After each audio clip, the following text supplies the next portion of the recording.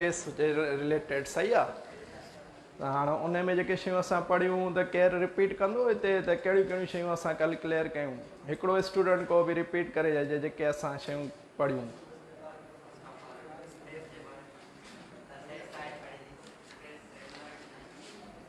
असां सभिनी खां पहिरीं एस्ट्रोनॉमी डेफिनेशन क्लियर कई त एस्ट्रोनॉमी में असां ब्रांच ऑफ साइंस में छा छा पढ़ंदा आहियूं सही आहे। उन खां पोइ असां स्पेस जे बारे में क्लियर कयो त स्पेस छा हूंदी आहे सही आहे। उन खां पोइ असां सैटेलाइट खे डिफाइन कयो त सैटेलाइट छा हूंदी आहे। उन खां पोइ नेचुरल सैटेलाइट्स जे बारे में आर्टिफिशियल सैटेलाइट जे बारे में असां डिस्कस कयो। हाणे उन टॉपिक में जेके उन खां पोइ असां एस्ट्रॉइड्स ठीकु आहे, कॉमेट्स ठीकु आहे, मेस्ट्रॉइड, इहे शयूं असां सभु डिस्कस कयूं त उन्हनि में फ़र्क़ु छा हूंदो आहे। हाणे इहे सभु इन खां पोइ असां टॉपिक इन में रहियल आहे हिकिड़ो आर्टिफिशियल सैटेलाइट्स जो, त उहे कहिड़ियूं कहिड़ियूं हूंदियूं आहिनि ऐं किथे यूज़ थींदियूं आहिनि। त हाणे हिते सभु तव्हां माशाल्लाह ग्रेजुएट वेठा हो सही आहे, त उहो टॉपिक मूं पढ़ियो आहे। उन में हर शइ क्लियर लिखी पई आहे त कहिड़ी टेबल ठहियल आहे हिकिड़ी सही आहे। उन में टाइप्स ऑफ आर्टिफिशियल सैटेलाइट्स लिखियल आहिनि सही आहे। त उहे तव्हां उते पाण पढ़ी छॾिजो, जेकी का ॻाल्हि तव्हांखे सम्झ में नथी अचे त उहा मूंसां डिस्कस करे वठिजो। ऐं ॿियो टॉपिक आहे GPS। तव्हां ॿुधो आहे, ग्लोबल पोज़ीशनिंग सिस्टम सही आहे। उहो बि टॉपिक आहे, उन में बि सॼी सिंपल लिखियल आहे त उहो छाजे लाइ हूंदो आहे। उहो छाजे लाइ हूंदो आहे बेसिकली उहो असांखे पोज़ीशन कंहिं बि ऑब्जेक्ट खे असां पोज़ीशन या लोकेट करणी हूंदी आहे पोज़ीशन, उहो उते असां GPS यूज़ कंदा आहियूं सही आहे। अॼुकल्ह मोबाइलनि में आम आहे GPS। उहो GPS किथां इंफॉर्मेशन कलेक्ट कंदो आहे? तव्हांजो सैटेलाइट्स मां। सैटेलाइट जेका इंफॉर्मेशन हूंदी आहे उहा असांजी स्टेशन ते मोकिलींदी आहे सही आहे, जेके ज़मीन ते ग्राउंड स्टेशन्स, ऐं उतां वरी असां मोबाइल जे ज़रिए उहा जेका इंफॉर्मेशन हूंदी आहे उहा असां छा कंदा आहियूं, रिसीव कंदा आहियूं सही आहे। त इहो GPS इहे ॿई टॉपिक तव्हां पाण पढ़ी छॾींदव। जेकॾहिं का ॻाल्हि कीअं सम्झ में नथी अचे त मूंसां डिस्कस कंदव। इन में हिकिड़ो ॿी टर्म यूज़ थियल आहे, geostationary satellites. Geostationary satellites जे बारे में ख़बर अथव कहिड़ा सैटेलाइट हूंदा?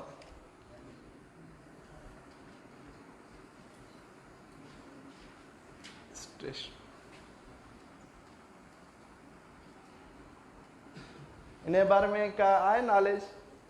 इहो बि लिखियल आहे टर्म्स। हाणे जियो जो मतिलबु त ख़बर अथव अर्थ सही आहे, ऐं स्टेशनरी जो मतिलबु छा हूंदो आहे, का शइ रेस्ट में हुजे सही। त हाणे जियो स्टेशनरी सैटेलाइट्स अहिड़े सैटेलाइट्स खे चइबो आहे। ॿी ॻाल्हि त सैटेलाइट्स जी तव्हांखे ख़बर हूंदी त उहे लॉन्च कीअं थींदा आहिनि। हुननि खे असां कीअं पावरफुल रॉकेट जी मदद सां स्पेस में मोकिलींदा आहियूं, पोइ उहे कीअं ऑर्बिट में वञी करे वेलासिटी खे बैलेंस कंदा आहिनि तव्हांजी फोर्स सां। उहो कहिड़ो फोर्स हूंदो आहे? ग्रेविटेशनल फोर्स सां। पोइ उहे उन ऑर्बिट में रोटेट कंदा आहिनि। त जियो स्टेशनरी सैटेलाइट्स यादि रखो, इन्हनि खे जियो स्टेशनरी छो चवंदा आहियूं? जेका तव्हांखे ख़बर हूंदी असांजी अर्थ जेका आहे उहा बि छा पई करे, रोटेट पई करे सही आहे। रिवॉल्व बि कंदी आहे ऐं रोटेट बि कंदी आहे। रिवॉल्व जो मतिलबु आहे सिज जे चौधारी छा कंदी आहे, रिवॉल्व कंदी आहे, ऐं पाण जेको घुमंदी आहे उहा छा कंदी आहे, रोटेट कंदी आहे। त उनजी बि हिकिड़ी वेलासिटी आहे जंहिंते उहा रोटेट कंदी आहे। त असां जेका ई सैटेलाइट जेका जियो स्टेशनरी हूंदी आहे, इन जेका वेलासिटी हूंदी आहे रोटेशनल वेलासिटी, उनखे मैच कंदा आहियूं अर्थ जी रोटेशनल वेलासिटी सां सही आहे। त ॿई सेम वेलासिटी सां जॾहिं रोटेट कंदा आहिनि त पोइ हीअ जेका सैटेलाइट हूंदी आहे, तव्हां ॾिठो हूंदो जे ॿ शयूं पाण में सेम वेलासिटी ते मूव कनि त ॿई ईअं लॻंदियूं आहिनि त रेस्ट में हुजनि सही आहे। मूव त कंदियूं आहिनि, भई बराबरि मूव कंदियूं त उहे पाण में रेस्ट में नज़र ईंदियूं आहिनि। त इहो साॻियो थींदो आहे त जॾहिं ज़मीन ऐं सैटेलाइट जी जेका वेलासिटी हूंदी आहे रोटेशनल उहा सेम हूंदी आहे, त पोइ हीअ जेका असांखे सैटेलाइट हूंदी आहे उहा बीठल ॾिसण में ईंदी आहे, हक़ीक़त में बीठल न हूंदी आहे सही आहे। उहा सेम वेलासिटी सां मूव रोटेट करे रही हूंदी आहे, जीअं अर्थ सां ई रोटेट करे रही हूंदी आहे। इन करे इनखे असां छा चवंदा आहियूं, जियो स्टेशनरी सैटेलाइट्स ठीकु आहे। त इहो क्वेश्चन अची सघे थो त अहिड़ा सैटेलाइट जेके सेम वेलासिटी सां रोटेट कनि अर्थ जी, त उन्हनि खे छा चइबो आहे? त उन्हनि खे छा चवंदो, जियो स्टेशनरी सैटेलाइट्स। त बाक़ी तव्हां पढ़िजो त कहिड़ा सैटेलाइट्स, जीअं चंद एग्ज़ाम्पल आहिनि। वेदर इंफॉर्मेशन असांखे मिलंदी आहे, वेदर फॉरकास्ट जंहिंखे असां चवंदा आहियूं, त ॿुधाईंदा आहिनि हिते बरसाति थींदी या एतिरा ॾींहं बरसाति थी। उहा जेके सैटेलाइट्स हूंदा आहिनि उन्हनि खे चइबो आहे वेदर सैटेलाइट्स सही आहे। या ॿिया कम्युनिकेशन सैटेलाइट हूंदा आहिनि, उहे कहिड़ा हूंदा आहिनि असांजा, जीअं टेलीविज़न जेके बि असां वटि हलनि पिया चैनल्स, इहे सभु जेके आहिनि छा जा हूंदा आहिनि, कम्युनिकेशन सैटेलाइट्स सही आहे। ॿिया असांजा हूंदा आहिनि इंफॉर्मेशन सैटेलाइट्स, त इहे सभु रिसर्च सैटेलाइट्स बि आहिनि। त इहे सभु लिखिया पिया अथव टेबल में, तव्हां पढ़ंदव तव्हांखे ईज़िली सम्झ में अची वेंदो सही आहे। त हाणे 7वीं क्लास में इहे ई चैप्टर हुआ, कहिड़ा कहिड़ा असां पढ़ियासीं। फर्स्ट असां पढ़ियो एनर्जी एंड इट्स टाइप्स सही आहे। सेकेंड असां छा पढ़ियो, सिंपल मशीन्स सही आहे। ऐं थर्ड में असां पढ़ियो लाइट सही आहे। जंहिंमें असां वरी मिरर जा टाइप्स बि पढ़िया ऐं उन खां पोइ असां कहिड़ो पढ़ियो आहे साउंड ऐं लास्ट में असां कहिड़ो पढ़ियो एस्ट्रोनॉमी जे बारे में या जेको स्पेस जे बारे में चैप्टर हो इहो पढ़ियोसीं। हाणे 7वीं क्लास में जेके फिजिक्स सां रिलेटेड जेके चैप्टर हुआ इहे हुआ उहे के 6वीं क्लास में, त उहे छा थी विया आहिनि कंप्लीट। हाणे 7वीं क्लास में जेको कोर्स आहे उहो मूं ॾिठो आहे उन 2 चैप्टर तव्हांजा फिजिक्स सां रिलेटेड आहिनि। हिकिड़ो आहे हीट, सही आहे। हाणे हीट खे जॾहिं असां हिते पढ़ूं था 7 में, वरी मैट्रिक में बि हीट आहे, त डिटेल्ड जेको आहे उहो किथे आहे मैट्रिक क्लास में आहे। त जॾहिं हींअर हीट पढ़ाईंदो त वरी मैट्रिक में पढ़ाइणो पवंदो, त डबल टाइम कंज़्यूम थींदो। त मैट्रिक में पाण जेको कोर्स शुरू कंदासीं हीट पाण उते कंटिन्यू कंदासीं, सही आहे। ऐं ॿियो जेको साउंड अथव 7 में वरी साउंड चैप्टर रिपीट थो थिए। त हाणे सॼे खे असां रिपीट कोन कंदासीं, त उन साउंड चैप्टर मां उहे कम जूं शयूं जेके असां 6वीं क्लास में न पढ़ियूं आहिनि उहे अॼु असां डिस्कस कंदासीं, सही आहे। त 7वीं क्लास जो कोर्स पूरो थींदो इंशाअल्लाह। नेक्स्ट लेक्चर खां असां मैट्रिक क्लास जे कोर्स खे शुरू कंदासीं। त अॼु असां जेको लिखंदासीं सभिनी खां डेफिनेशन आहे हिकिड़ी ट्रांसफर वेव, त उहो लिखोसि उनखे क्लियर कयूं था। ट्रांसफर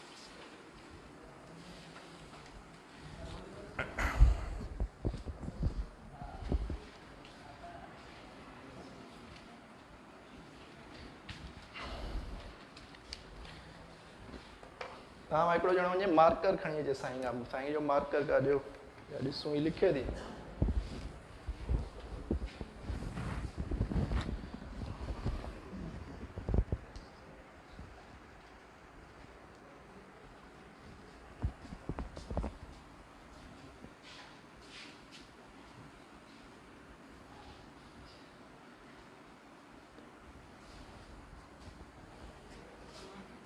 रखो सर।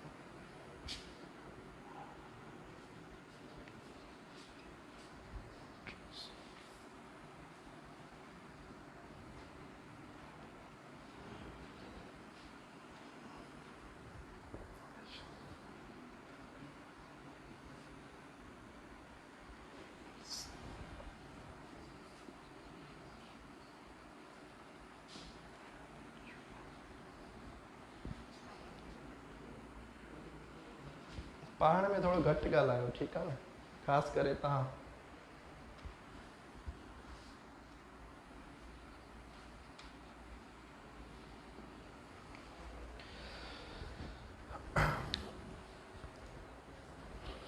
लिखी अचो।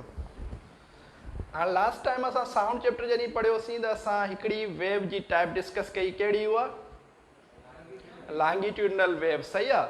उन में असां छा पढ़ियो त हुन में जेका मूवमेंट हूंदी आहे ओसिलेशंस जी, ओसिलेशन छा ई चइबो आहे वाइब्रेशंस खे, सही आहे। या वरी तव्हां इनखे चई सघो था मूवमेंट खे बि चई सघो था।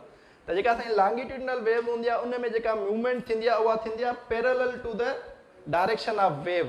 माना जेका डिस्टर्बेंस या मूवमेंट या ओसिलेशंस जेके हूंदा आहिनि, सेकेंड टाइप ऑफ वेव उहा छा आहे असांजी ट्रांसवर्स। हाणे ट्रांसवर्स असांजी छा हूंदी आहे वेव, हुन में छा कंप्रेशन ऐं रेयर फ्रैक्शन टर्म्स यूज़ थियल आहे। हिन में छा हूंदो आहे ट्रफ एंड क्रिस्ट, ठीकु आहे। त हे जो waves having crest and trough with oscillations of particles perpendicular to the direction of wave. माना हिन में जेके 2 पार्ट्स हूंदा आहिनि उहे कहिड़ा हूंदा आहिनि वेव में, जेके मूवमेंट्स हूंदियूं आहिनि उन्हनि में हिकिड़ो एंड ते असां चवंदा आहियूं क्रस्ट, ॿिए एंड खे असां छा चवंदा आहियूं ट्रफ, ऐं हिन जी डायरेक्शन छा हूंदी आहे perpendicular to the direction of wave. माना जेके वाइब्रेशंस या ओसिलेशन या मूवमेंट जो जेको डायरेक्शन हूंदो आहे उहो छा हूंदो तव्हांजो परपेंडिकुलर हूंदो छा सां डायरेक्शन ऑफ वेव सां। कीअं,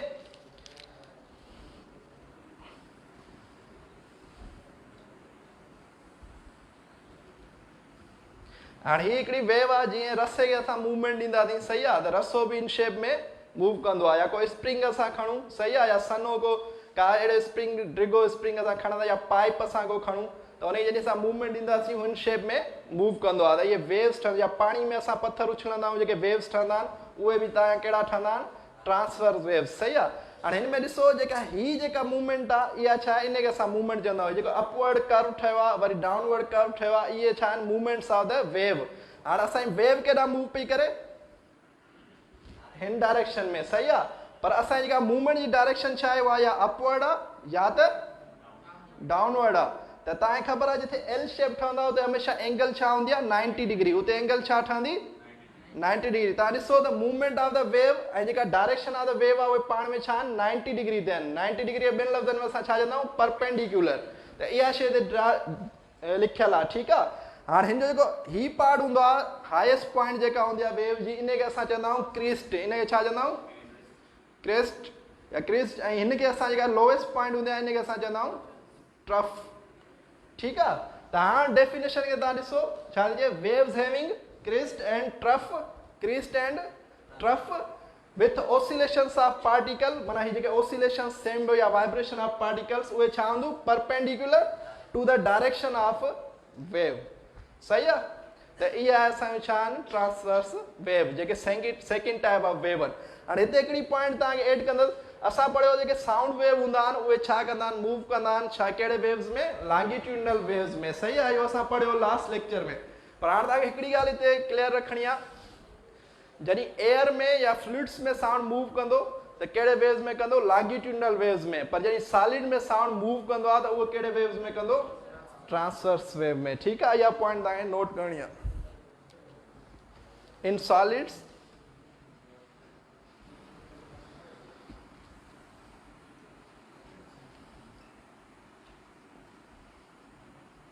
sound waves are transverse।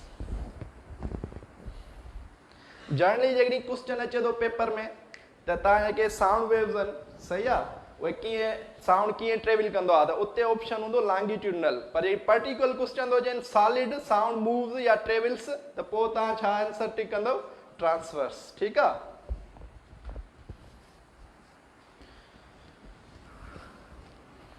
Note करे छॾियो ड्रायस भले छा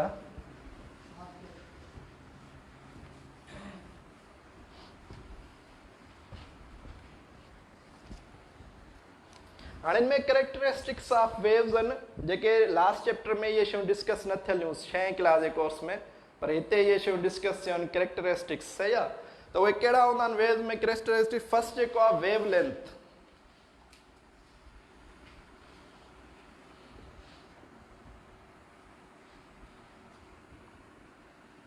is distance between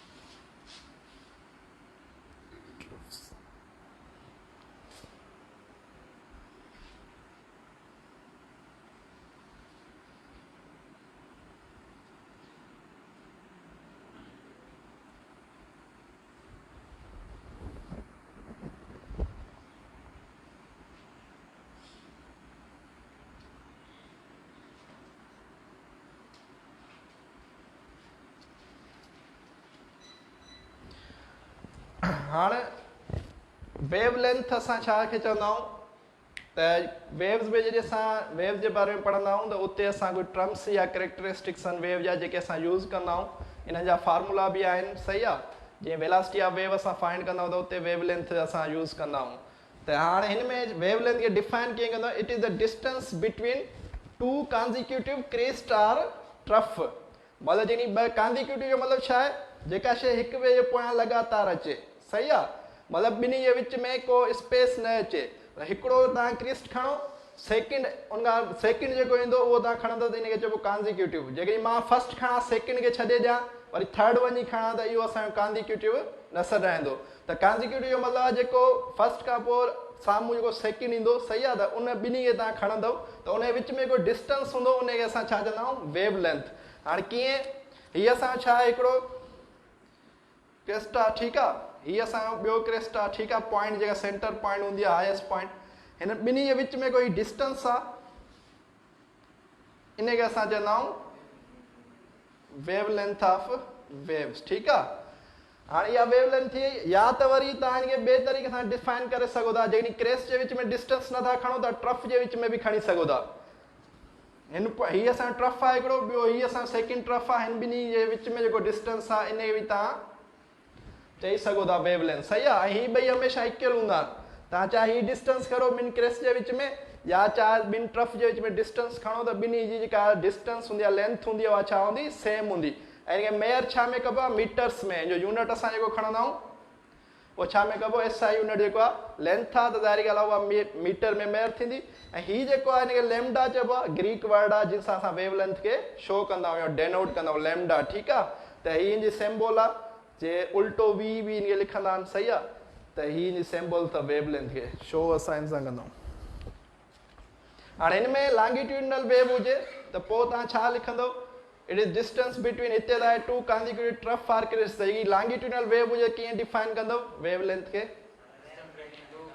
distance between 2 consecutive rarefaction or compressions सही आहे त ॿिनि रेयरफ्रैक्शन आर कंप्रेशन जे विच में जेको डिस्टेंस हूंदो उन तव्हां छा चवंदव वेव लेंथ पर जेके कैरेक्टरिस्टिक्स आहिनि असां अक्सर करे इन वेव में ट्रांसवर्स में डिफाइन कंदा आहियूं छो त हिन में सम्झाइण सवलो हूंदो आहे सही आहे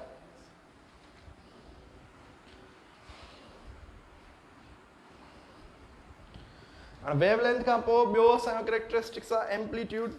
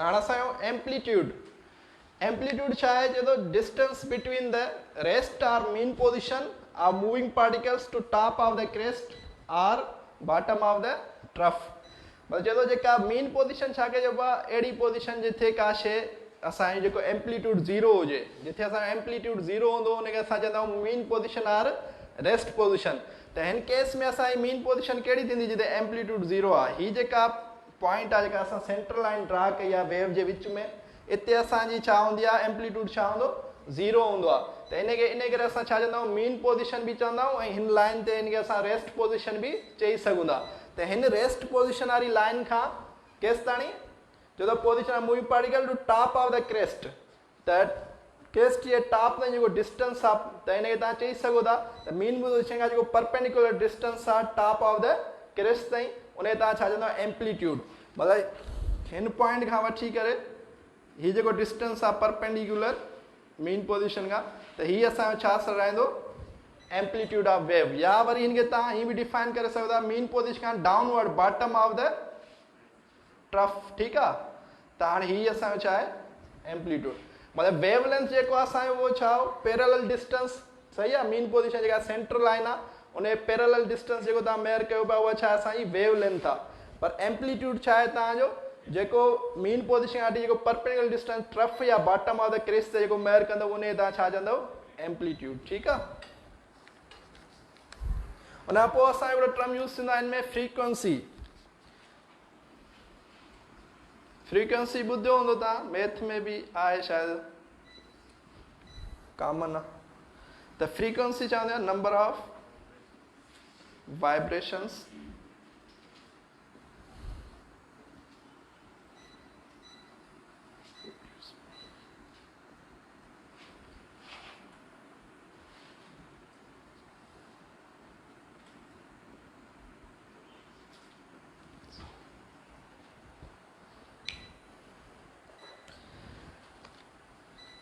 फ्रीक्वेंसी चइबो आहे हाणे छाखे नंबर ऑफ वाइब्रेशंस या number of vibration produce by vibrating body in 1 second मतलब जॾहिं का बॉडी वाइब्रेट पई करे जी मां वेव जनरेट थियनि पिया त जेतिरा वाइब्रेशन 1 सेकेंड में कंदी उहा हुनजी छा सर रहंदी आहे फ्रीक्वेंसी हाणे कीअं हिते वाइब्रेशन चयो त पर तव्हां जॾहिं वेव्स में कॾहिं कॾहिं त वाइब्रेशन खे साइकिल्स बि चवंदा आहियूं, साइकिल्स बि चवंदा आहियूं। नंबर ऑफ वाइब्रेशंस आर तव्हांखे चई सघो था number of cycles produce by vibrating body, ठीकु आहे, इन 1 सेकेंड, या नंबर ऑफ साइकिल्स या नंबर ऑफ वेव्स बि चवंदा असांखे जनरेटेड इन 1 सेकेंड। त हिनखे डिफरेंट तरीक़े सां डिफाइन करे सघो था कि vibrations are the number of vibration in 1 second, सही आहे। जे साइकिल वर्ड यूज़ था कयो त number of cycle in 1 second, J waves word use था कयो त number of waves generated in 1 second.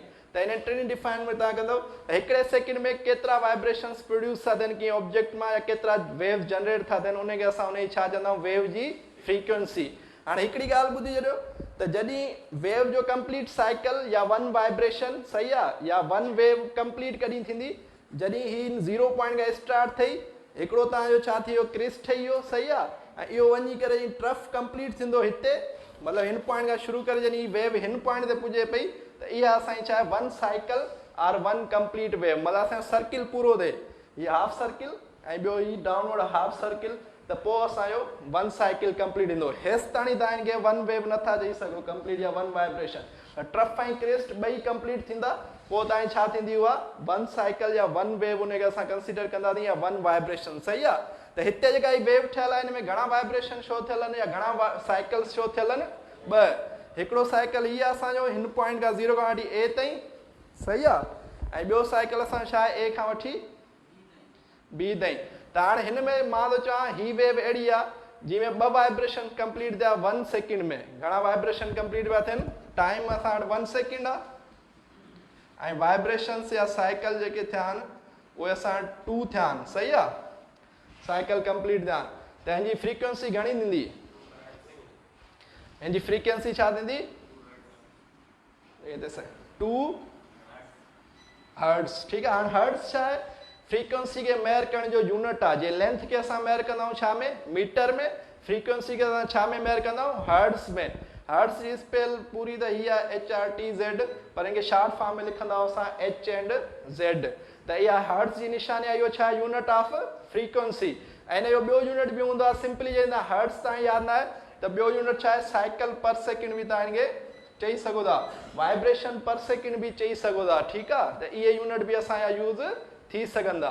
त हाणे जेकॾहिं तव्हां ॿुधायो त जेकॾहिं हिकिड़े सेकेंड में 15 वाइब्रेशंस करे थी वेव, त उनजी फ्रीक्वेंसी घणी थींदी, हा 15 ई थींदी, सही आहे, छो त उहा हिकिड़े सेकेंड में घणी वाइब्रेशंस पई करे या साइकिल्स 15, त उनजी 15 ई फ्रीक्वेंसी थींदी। त जॾहिं असां फार्मूलो ठाहींदासीं फ्रीक्वेंसी जो, त उहो छा थींदो, नंबर ऑफ वाइब्रेशंस या साइकिल्स, ठीकु आहे, डिवाइडेड बाय छा थींदो, टाइम, सही आहे। त ही इन जो फार्मूलो थी वेंदो, ऐं यूनिट छा थींदो, हर्ट्स, क्लियर आहे। हाणे लाज़मी न आहे त हमेशह उहो तव्हांखे सेकेंड में ई टाइम ॾिए, सही आहे। कॾहिं कॾहिं हू चवे थो हिकिड़ी वेव आहे जेका हिकिड़े मिंट में 60 वाइब्रेशन थी करे, त पोइ हिनजी फ्रीक्वेंसी छा थींदी,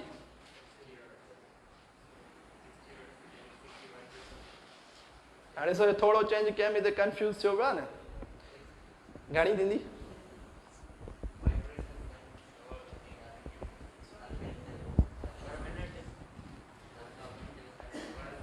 मां फ्री के पर मिनट जी हा, हिनजी 1 ई थींदी, फ्रीक्वेंसी 60 न थींदी, 1 ई थींदी। हिते डेफिनेशन छा आहे, नंबर ऑफ साइकिल्स या vibration produce in 1 second, 1 minute जी त तव्हां ॻाल्हि न कई आहे। फ्रीक्वेंसी जो मतिलबु छा आहे, हिकिड़े सेकेंड में केतिरा वाइब्रेशन थी कहे। मूं तव्हांखे छा चयो त 1 मिनट में 60 वाइब्रेशन बि करे, 1 मिनट में 60 वाइब्रेशन घणा या साइकिल घणा थिया, 60, सही आहे। पर टाइम घणो मिलियल आहे असांखे, 1 मिनट। हिते छा टाइम खणो आहे असांखे, सेकेंड में, ठीकु आहे, सेकेंड में। हिकिड़े मिनट में घणा सेकेंड हूंदा आहिनि, 60, त 60 डिवाइड बाय 60, त घणी फ्रीक्वेंसी थी वई, 1 हर्ट्स, सॉरी, सम्झ में आई ॻाल्हि। जॾहिं केरु चवे हिकिड़े कलाक में 3600 वाइब्रेशन थी करे, पोइ बि उनजी फ्रीक्वेंसी छा थींदी, 1 थींदी, छो त हिकिड़े कलाक में घणा सेकेंड हूंदा आहिनि, 3600। त ॻाल्हि सम्झ में अची वई आहे। त फ्रीक्वेंसी में इहा शइ तव्हांखे ज़हन में रखणी आहे। त फार्मूलो ही आहे, तव्हां टाइम खे कन्वर्ट करिणो आहे छा में, सेकेंड में, सही आहे, पोइ फ्रीक्वेंसी तव्हांखे मिली ईंदी। अॻिते हलो,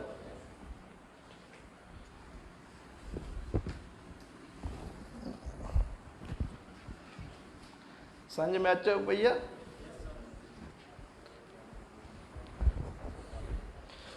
ऐं 7th क्लास जो चैप्टर अथव, ठीकु आहे। साउंड उन में इहे शयूं आहिनि जेके वधीक क्लियर करिणो अथव त उनखे डिटेल में तव्हां पढ़ी सघो। टाइम थी वियो आहे, घणो 5 मिंट ताईं वठूं पर।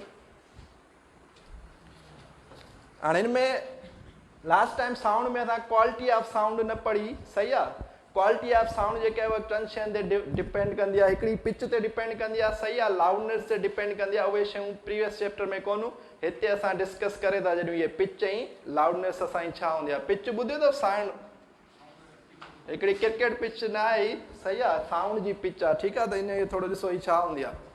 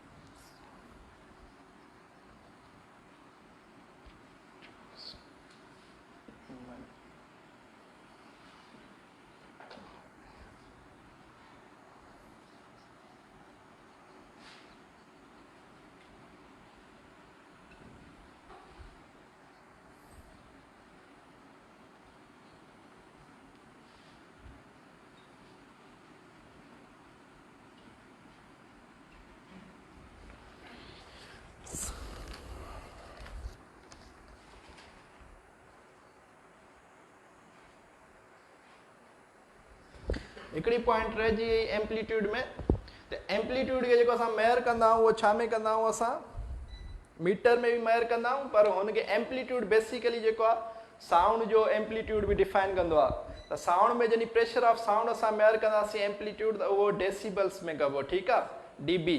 त प्रेशर ऑफ साउंड इहो नोट करे छॾिजो, इहा पॉइंट रहिजी। हाणे यूनिट ऑफ साउंड प्रेशर, ठीकु आहे, डीबी डेसिबल्स, सही आहे। उहो एम्पलीट्यूड बेसिकली असां उहो एम्पलीट्यूड मेयर कंदा आहियूं, सही आहे, एम्पलीट्यूड ऑफ साउंड। हाणे अचो पिच ते। पिच छा आहे असांजी, it is the highness and lowness of sound determined by frequency of sound. या पिच छा हूंदी आहे, या तव्हांजी हाईनेस मतिलबु आवाज़ केॾो तेज़ आहे, तिखो आहे, सही आहे, या केतिरो फेंट आहे मतिलबु लो आहे, उहो असां छा मां डिफाइन कंदा आहियूं, पिच जे ज़रिए मालूम कंदा आहियूं। ऐं इहा डिपेंड कंदी आहे छा ते, फ्रीक्वेंसी ते। जॾहिं असां फ्रीक्वेंसी ऑफ साउंड खे चेंज कंदासीं त छा में चेंज ईंदो, पिच में, सही आहे। जॾहिं की साउंड जी फ्रीक्वेंसी घणी आहे त उहो आवाज़ ओतिरो सन्हो थींदो, ओतिरो छा थींदो, सन्हो थींदो। जीअं साउंड जी फ्रीक्वेंसी जेतिरी लो हूंदी उहो साउंड जेको आहे ओतिरो ॻरो थींदो। जीअं असां मेल ऐं फीमेल जी आवाज़ खे खणूं त ॿिन्ही में जॾहिं केरु तव्हांखे पुछे थो फ्रीक्वेंसी कंहिंजी घणी आहे, त उहा मेल जी फ्रीक्वेंसी घटि हूंदी एज़ कंपेयर टू फीमेल। छो सन्हो आवाज़ कंहिंजो हूंदो आहे, फीमेल जो।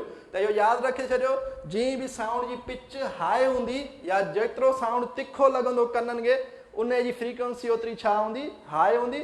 ऐं जेतिरो आवाज़ तव्हांखे कननि खे घटि लॻंदो तिखो, उन जी फ्रीक्वेंसी ओतिरी छा हूंदी, लो हूंदी, ठीकु आहे, क्लियर। उन खां पोइ असांजी छा आहे, लाउडनेस छा आहे असांजी, degree of sensation of sound produce in human air. Sensation चइबो आहे झंझनाहट खे, मतिलबु जेके वाइब्रेशन, जॾहिं साउंड असां ते कननि खे पुॼंदो आहे ह्यूमन एयर में, त उते एयर ड्रम खे छा कंदो आहे, वाइब्रेट कंदो आहे। त डिग्री जो मतिलबु छा आहे, त केतिरो को साउंड घणा वाइब्रेशन प्रोड्यूस पियो करे या केतिरा थोरा वाइब्रेशन प्रोड्यूस पियो करे। त जेतिरी घणी डिग्री हूंदी सेंसेशन जी, उन जो मतिलबु ओतिरो उहो साउंड असांजे कननि में वधीक लाउडनेस प्रोड्यूस कंदो। जीअं तव्हां लाउड स्पीकर वठंदा आहियो न, उनजो परदो जेतिरो वॾो हूंदो, सही आहे, ऐं जेतिरो घणो वाइब्रेट कंदो उहो स्पीकर ओतिरो वधीक आवाज़ प्रोड्यूस कंदो आहे। त ईअं ई तव्हांजी जेका जेतिरी तेज़ी सां सेंसेशन पुॼंदा आहे ह्यूमन एयर में, ओतिरो वॾो आवाज़ असांखे ॿुधण में ईंदो, सही आहे। इहो ॿियनि शयुनि ते बि डिपेंड कंदो आहे, एरिया ते बि डिपेंड कंदो आहे, सही आहे। जेका एरिया असांजी आहे उन ते बि जेतिरो परदे जो एरिया वधीक हूंदो, ओतिरो लाउडनेस तव्हांजी वधीक डिपेंड हूंदी। उन खां पोइ आइडिबल फ्रीक्वेंसी रेंज, इहा छा हूंदी आहे, उहा फ्रीक्वेंसी रेंज आहे इहा जंहिं में को इंसानु ॿुधी सघे थो।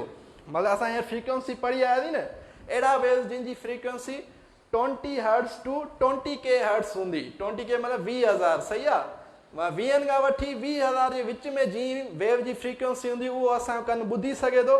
जॾहिं 20 खां घटि की साउंड जी फ्रीक्वेंसी हूंदी आहे, 20,000 खां मथे हूंदी, उहा फ्रीक्वेंसी ऑफ साउंड असां नथा ॿुधी सघूं या उहो साउंड असां न ॿुधी सघंदासीं।